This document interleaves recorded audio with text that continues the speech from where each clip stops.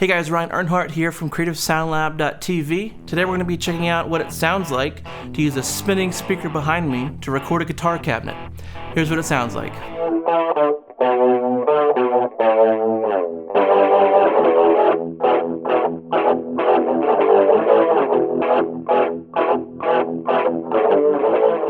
So this spinning speaker is really from Wurlitzer, called the Spectratone. It's actually from the inside of a 4070 Wurlitzer organ. I've done a video on this before where we hooked up the Spectratone to a 5-watt tube amp and played signal through it. Here's a little bit of that previous video.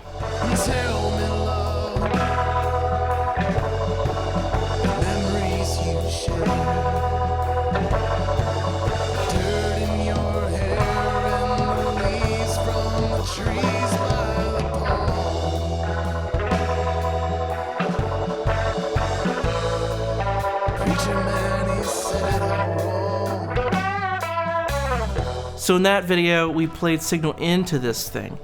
We basically used it in lieu of a guitar cabinet.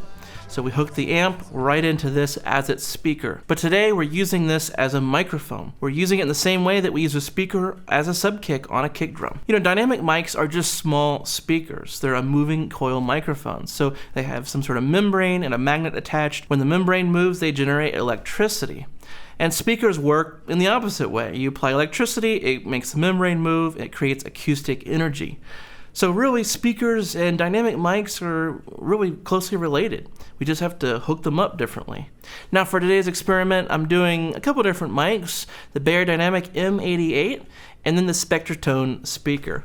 The idea is that maybe we can get a blend of the two mics. I don't know if the Spectratone would just be too much of an effect. First, we're just going to play the close mic on the guitar cabinet, and then we'll bring in the Spectratone.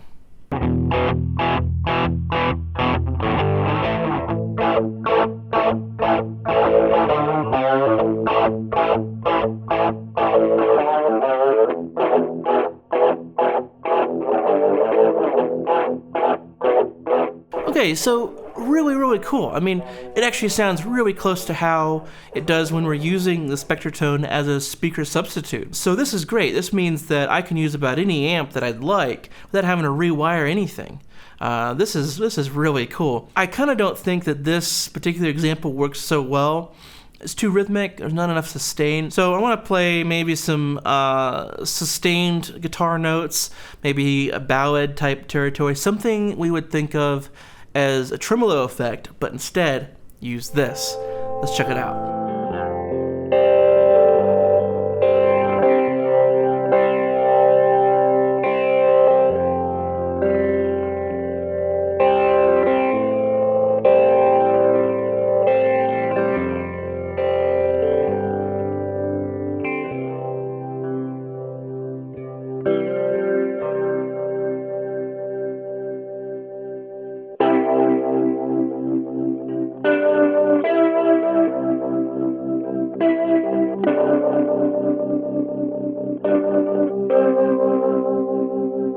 Really cool. And I learned this hand technique in the previous video, and a few people commented like how much they liked when I did it by hand.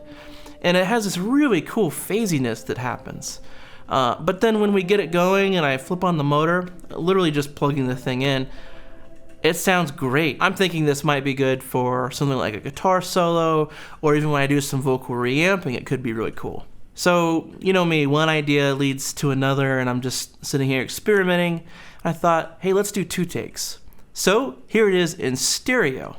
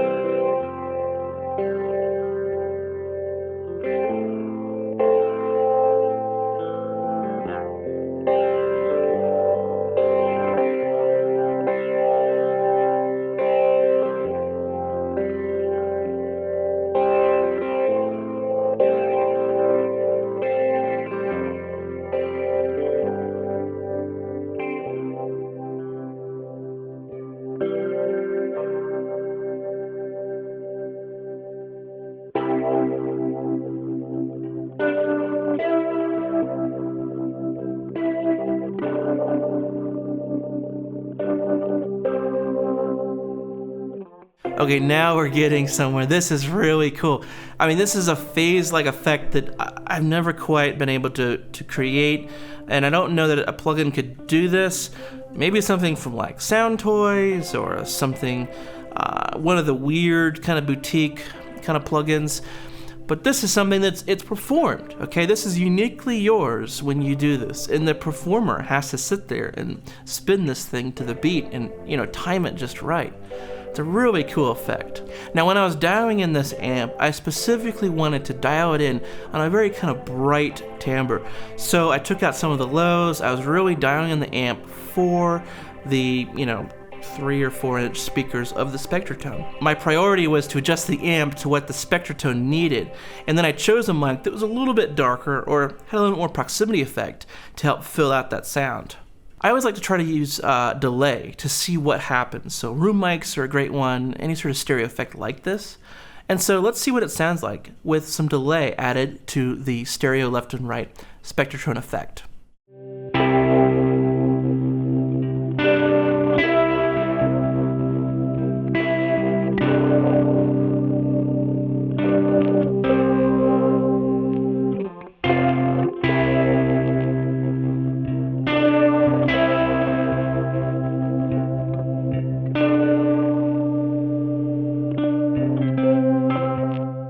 You have to really use your discretion when using an effect like this. It's pretty weird in a hurry, so it's a very fine balance between the microphones and what you can get away with in your mix. Now, if you're looking to try this, I'd say first look on Craigslist, look for old organs.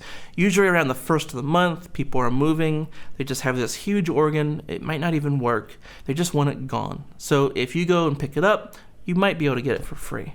So organs are really a gold mine for stuff like this. Obviously, you don't want to source them just for parts. I keep them working as long as possible. But then after that, they start to break down. Eventually, they just start making noise. It's not even musical. It's very hard to actually find somebody to fix an old organ. And so you eventually have to, you know, get the parts from it. Obviously, if the organ works, please don't part it out because, I mean, this is a piece of history here. But if it's beyond repair, then they're a great source for various things like this rotating speaker. So I'd love to know what you thought of this. I'll be hanging out in the comments below.